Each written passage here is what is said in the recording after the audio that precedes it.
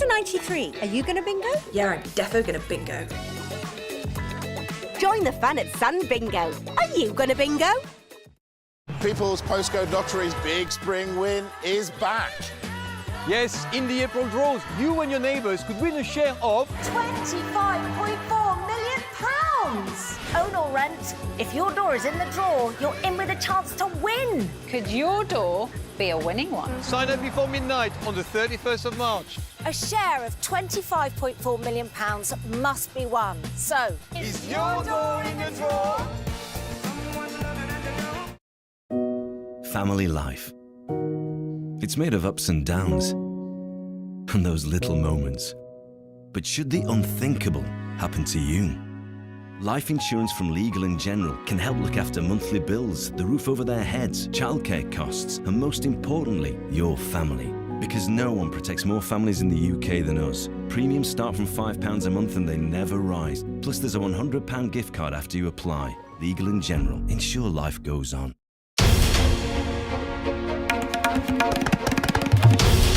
This is NDTV, and you're watching NDTV 24/7.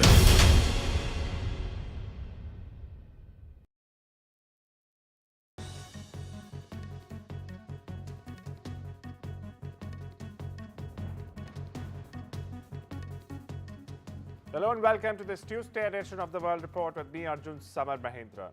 Let's take a look at what's making headlines around the world. The Dalai Lama has sparked a fresh clash with Beijing after reportedly declaring that his successor will be born outside China. In his new book, Voice for the Voiceless, the Tibetan spiritual leader has written that his reincarnation, in fact, will take place in a free world, ensuring his legacy remains untouched by Beijing's influence. Now, this directly challenges China's long-standing claim that it has the sole right, in fact, to choose the next Dalai Lama. Beijing has already hit back, calling the Dalai Lama a separatist and insisting that Tibet is an inseparable part of China. The 89-year-old spiritual leder fled Tibet in 1959 after a failed uprising against Chinese rule and has lived in India ever since. Now, with his health declining and succession in focus, a power struggle is brewing. China has said that any successor not approved by Beijing will not be recognized.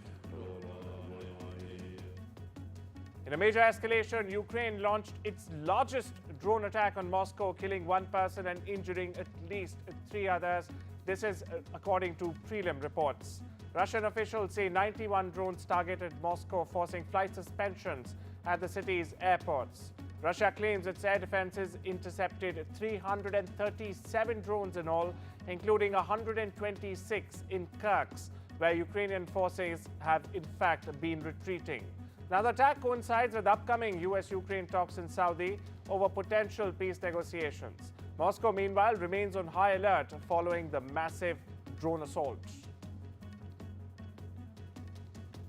Ukrainian President Volodymyr Zelensky met with Saudi Crown Prince Mohammed bin Salman in Jeddah ahead of a crucial US-Ukraine meeting on peace negotiations with Russia. Now, during the meeting in Jeddah, the Crown Prince underscored the kingdom's support for international efforts to resolve Ukraine's crisis and achieving peace. With the US cutting military aid, Kiev is now pushing for stronger Middle East support. Talks with Washington, in fact, are scheduled tomorrow amid high hopes for progress. On the other side, America's top diplomat Marco Rubio met with Saudi Arabia's Crown Prince Mohammed bin Salman in Jeddah on Monday, ahead of holding talks with the Ukrainian delegation on ending the three-year war with Russia. During Tuesday's meeting with U.S. Secretary of State Rubio, Kiev will propose a ceasefire covering the Black Sea and long-range missile strikes, as well as the release of prisoners. If Ukraine and U.S. reach an understanding acceptable to Trump, it could, in fact, accelerate his administration's push for peace talks. U.S. President Donald Trump's Middle East envoy, Steve Witkoff, is set to visit Moscow this week, in fact, to meet Russian President Vladimir Putin. Witkoff has played a major role in negotiating an end to the Ukraine war.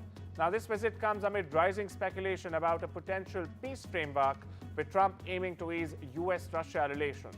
In response to Witkoff's visit, Russian Foreign Ministry has said that contacts between Russia and the United States are now quite intensive. PM Modi is on a two-day visit to Mauritius, where he is the chief guest for the country's National Day celebrations on the 12th of March, Wednesday. A contingent of, in fact, the Indian Defence Forces, along with a ship from the Indian Navy, will also participate in these celebrations. During the visit, several agreements are also expected to be signed in areas such as capacity building, trade, and combating cross-border financial crimes. Mauritius holds strategic importance for its location in the Western Indian Ocean and deep cultural ties, with nearly 70% of its 1.2 million population being of Indian origin. That's right, more than 70%. Upon his arrival on Tuesday, PM Modi received a warm welcome marked by a traditional Bihari cultural performance called Geet Gavai. Recognized by UNESCO in 2016, this Bhojpuri musical tradition combines songs, prayers, and dance, and remains a significant part of Indian diaspora's heritage in Mauritius. US Director of National Intelligence Tulsi Gabbard is set to visit India as part of a multi-nation trip to the Indo-Pacific region. Gabbard's visit, in fact, marks the first by a top White House official to India under the Trump 2.0 administration. She emphasized that strengthening relationships and communication is in fact key to achieving Trump's vision of prosperity. The visit comes shortly after PM Narendra Modi's visit to the US in February, where he met Gabbard and reaffirmed, in fact, US-India ties. The US Senate voted Monday to confirm Lori Chavez de Rema as the country's labor secretary.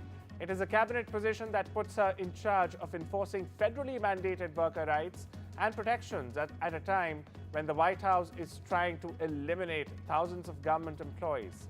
Now, Chavez de Rema will oversee the Department of Labor, one of several executive departments named in lawsuits challenging the authority of billionaire Elon Musk and the Department of Government Efficiency, or DOGE, to order layoffs and access sensitive government data.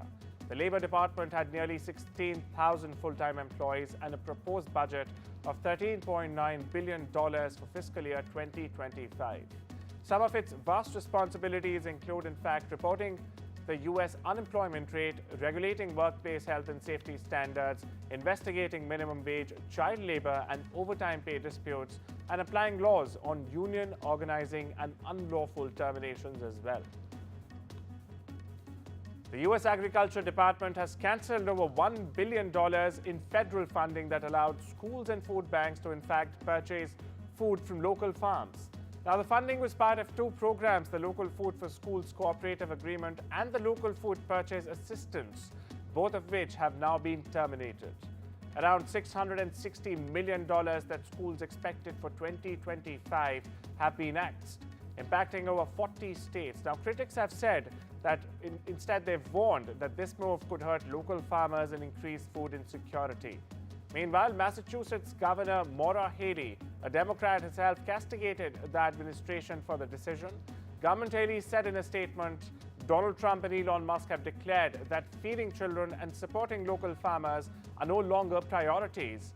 And it's just the latest terrible cut with which real impact on families across Massachusetts.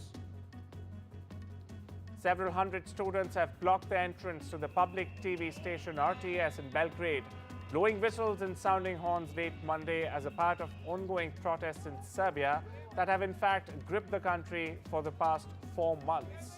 Students accuse the public TV channels of biased reporting and siding with the government and President Alexander Vučić for the duration of the demonstrations. The Serbian president was the main guest, in fact, on Monday evening's RTS News Bulletin, but it's not yet clear what triggered this evening's protest. Serbian students are also leading mass protests demanding responsibility after a deadly canopy collapse at the train station in Novi Sad, which killed 15 students on the 1st of November last year. A federal New York judge has blocked any efforts by President Donald Trump's administration to deport Mahmoud Khalil, a Palestinian activist at Columbia University who, in fact, was arrested on Saturday night until a conference on Wednesday. However, it's unclear whether he will appear in court on Wednesday or not. But his arrest is the latest escalation by Trump, in what he terms the first arrest of many to come to crack down on pro-Palestinian demonstrations on college campuses. Now, meanwhile, Columbia faculty have condemned the ICE arrest. Take a listen. It is beyond the pale. It's targeted, retaliatory, and an extreme attack on the First Amendment. And it reeks of McCarthyism. The First Amendment protects everyone in the United States. And this unlawful arrest and detention are obviously intended to intimidate and chill speech that the Trump administration doesn't like, not just here in New York, but all across the country. Political speech or speaking out should never be the basis of punishment or lead to deportation. And what's more, Mr. Khalil, like every other green card holder, has a right to due process of law. Japan's trade minister has failed to secure a tariff exemption from the US ahead of a 25% duty. That's right, a 25% duty on steel and aluminum imports set to take effect from the 12th of March. Despite Tokyo highlighting its strong economic ties with Washington, no exemption has been granted. Meanwhile, talks also focused on increasing Japanese investment in US energy, including a proposed gas pipeline in Alaska. The UN Security Council will meet privately on Wednesday to discuss Iran's growing uranium stockpile, now enriched close to weapons grade. Requested by 6 member states, including the US and UK, the meeting in fact aims to assess whether Iran is breaching nuclear obligations or not. With time running out before international sanctions expire in October, tensions are rising. Former Philippine President Rodrigo Duterte was arrested at Manila Airport on an ICC warrant for crimes against humanity linked to his alleged deadly drug war. Now, Duterte, accused of thousands of extrajudicial killings, in fact, was detained after returning from Hong Kong. The ICC's investigation spans his time as Davao's mayor to his presidency. A new global report reveals that 83% in fact of cities worldwide fail to meet air pollution standards, with India, Bangladesh, Pakistan, Chad and Congo having the worst air quality in the world. Now, the report by Switzerland-based IQ Air analyzed data from over 40,000 monitoring stations across 138 countries. Bindihar in northeastern India was ranked the most polluted city globally. Experts warn the real pollution levels could be even higher, in fact, due to limited monitoring, especially in Africa. Meanwhile, the WHO estimates air pollution kills around 7 million people every year. Listen in. So there's so much research out there on various health consequences of air pollution, but I just would like to highlight 2 things here. The first one is that there's now some studies that link air pollution to Alzheimer's disease. So we normally associate air pollution to respiratory illness, right? That's what the general public normally thinks of. But air pollution affects more than just your lungs. And the second is that some air pollutants are classified as carcinogens, so basically cancer-causing. Cyclone Jude crashed through Mozambique Monday, causing widespread damage to infrastructure, leaving people homeless and without power for causing flooding. Making landfall in the early hours of the morning, locals were taken aback by its severity. The United Nations Children's Fund, or the UNICEF, has in fact been working alongside the government to distribute emergency aid kits and other forms of help to those affected. Listen in. The students start tiring. He has to stop the security scorda. Your tempo monepra comprata, nepra comprana, shuba start tired so non para. It's time we slip into a short break. See you on the other side.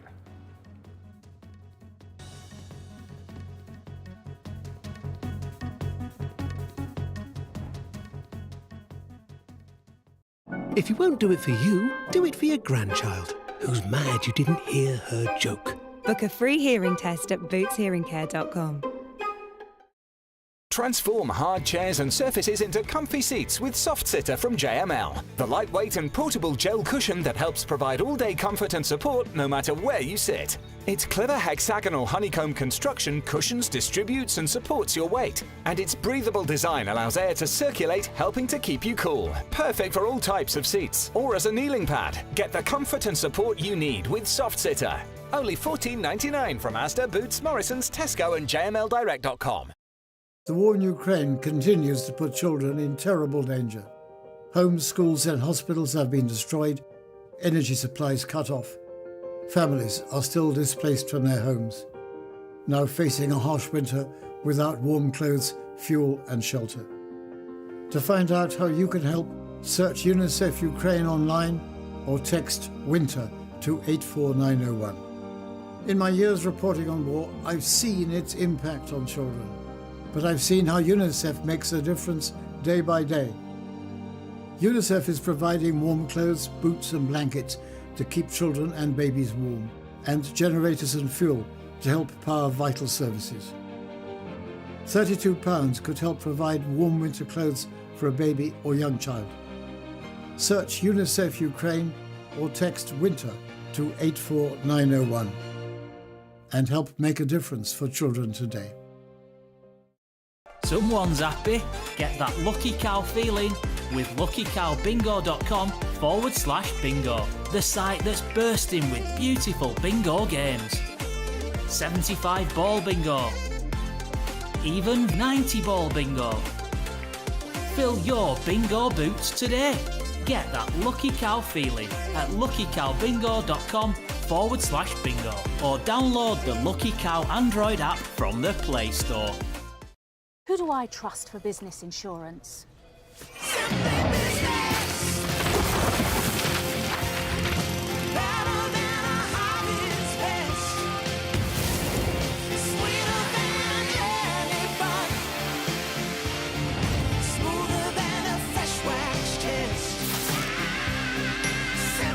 If you need business insurance, join nearly 1 million customers who trust Nescafe Frothy Coffees, because sometimes nothing tastes better than a no. With a creamy, long-lasting froth to get you ready for your next yes. Say yes to our best-tasting cappuccino. And now, get ready to mix things up with new Nescafe Kit Kat Latte.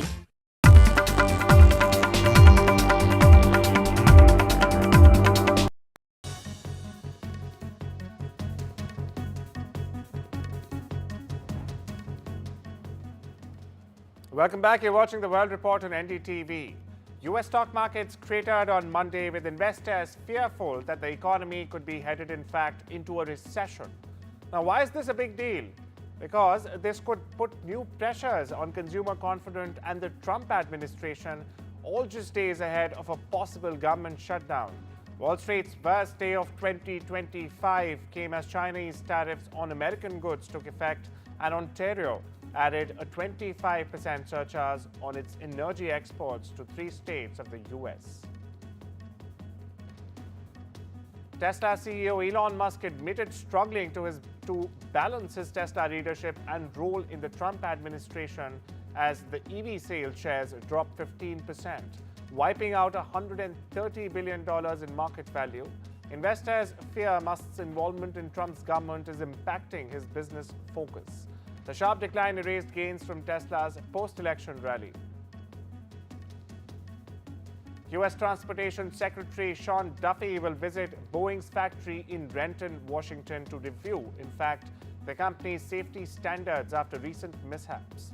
Now, this comes 6 years after a deadly Ethiopian Airlines crash and weeks after a mid-air panel blowout on an Alaska Airlines 737 MAX jet. Boeing CEO will testify before Congress next month. Apple is preparing a major software overhaul for its iPhones, iPad and Macs, aiming to unify their interfaces. According to Bloomberg, the new design will align Apple devices with its Vision Pro mixed reality headset, creating a more consistent user experience, as the company claims. Changes could include new icons, menus and system navigation tools as well. The company is expected to unveil the update at its Worldwide Developers Conference in June. Now, the move comes as Apple faces slowing demand for its hardware and growing competition, in fact, from other AI-powered devices and players. SpaceX founder Elon Musk is blaming a powerful cyber attack for the major outage faced by social media platform X. On Monday, in fact, thousands of users reported being unable to access the platform for hours together. Musk said the attack involved a lot of resources, suggesting a large group or even a state actor could be behind it. However, cybersecurity experts are skeptical. Nothing similar denial of service attacks can often be carried out by smaller groups. Down Detector reported over 39,000 users were affected at the peak of this outage. By evening, the numbers dropped to around 1,500. The Trump 2.0 administration has launched a new app aiming at encouraging undocumented immigrants to voluntarily leave the U.S. Now, this app called CBP Home allows migrants to signal their intent to self-deport, potentially avoiding detention and future legal consequences. The Department of Homeland Security Secretary Kristi Noem said that those who use the app may have a chance to return legally in the future. However, those who do not will face arrests and lifetime bans. Critics have said that the app is inhumane, but Trump has promised record deportations during his second term. AI startup CoreWeave has signed a $11.9 billion deal with OpenAI to provide infrastructure services, boosting its valuation ahead of its planned IPO. As part of the deal, OpenAI will receive $350 million in CoreWeave shares. CoreWeave's revenue skyrocketed in 2024, making it one of the most sought-after AI companies in the US. Apple and Meta could reportedly soon face fines from the European Union for violating the Digital Markets Act, a law aimed at curbing big tech's dominance.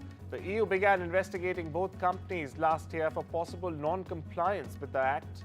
The law, enforced in 2023, requires tech giants to ensure easier access to smaller competitors. However, according to reports, the fines will likely be modest and far from the maximum 10% of their global revenues. This comes amid growing US-EU tension, as President Trump recently warned against penalizing American firms. The US Securities and Exchange Commission has decided to drop a controversial plan that would have forced some cryptocurrency platforms to register as trading systems.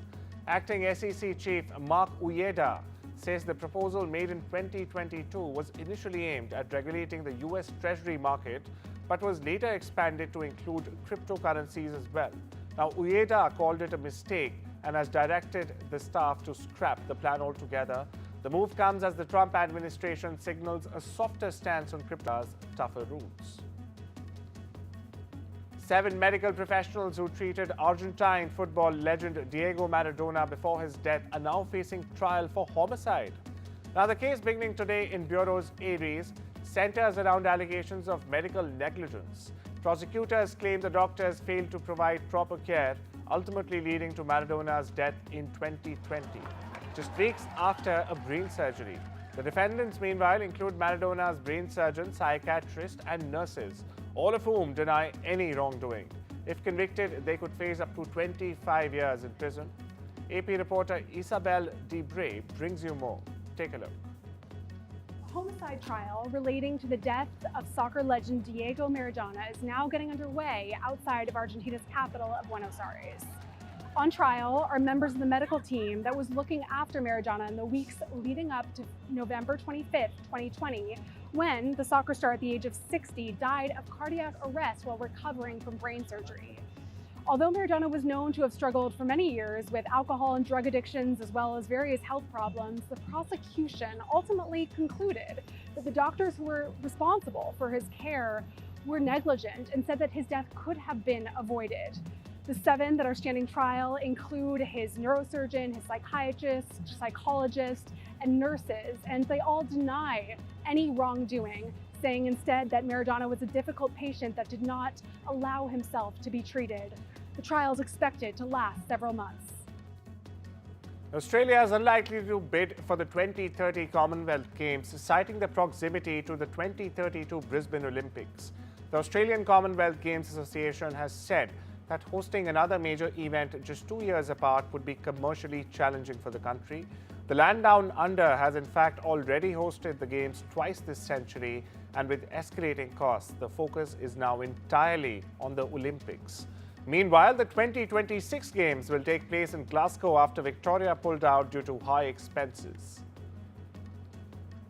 Spain's Carlos Alcaraz stormed into the fourth round of the India Wells tournament with a convincing 6-2, 6-4 victory over Canada's Denis Shapovalov.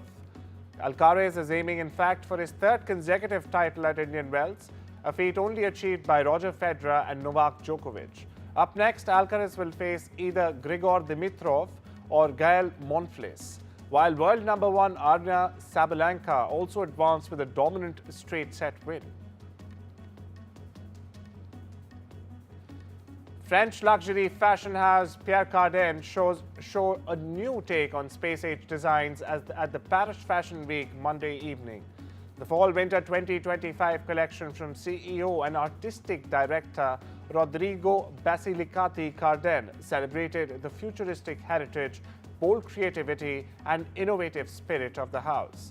The visionary collection showcased futuristic, exaggerated silhouettes with pops of puce, royal blue, canary yellow, gold and mauve. Astronaut channeling models sported space-age headgear and even capes over their form-fitting suits to create an out-of-the-world look.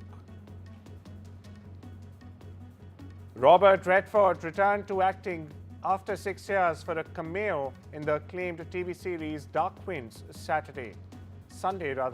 Redford appeared in a quick chess scene with author George R. Martin, whose books in fact were adapted into Game of Thrones. The two are executive producers on the AMC show, which debuted season 3 Sunday. 88-year-old Redford last appeared in fact on screen in 2019's Avengers Endgame to reprise his role from Captain America: The Winter Soldier.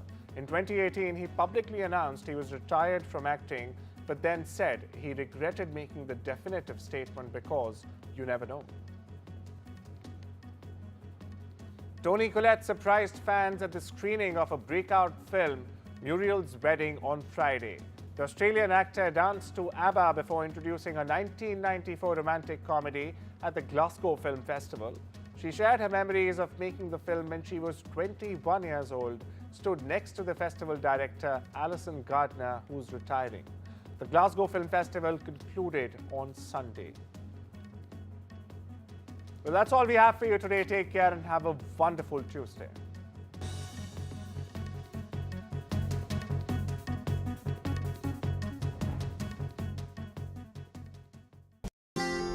When Tony passed, we wanted to celebrate him his way. All he ever spoke about was bite this, bite that. I'll never forget our first date. Huge grin on his face as he rode up on that big noisy thing. And that's exactly the way he'd want to be remembered. At Co-op Funeral Care, we know everyone is different. That's why we offer funeral plans to funeral services that are personal, every step of the way.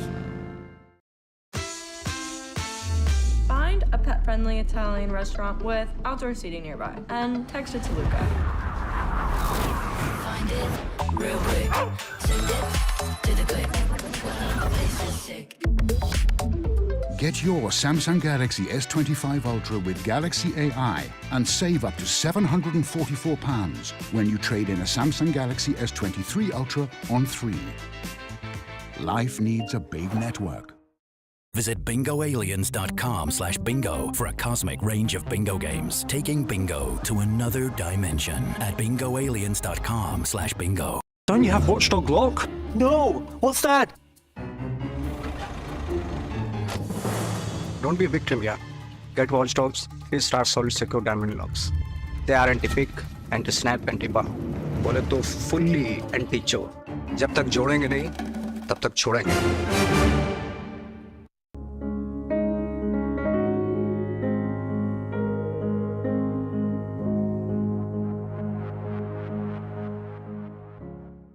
From tech titan to global philanthropist, Bill Gates has had a huge impact on the lives of millions across the world. As the co-founder of Microsoft, He's, in a sense, defined what personal computing has been for all of us.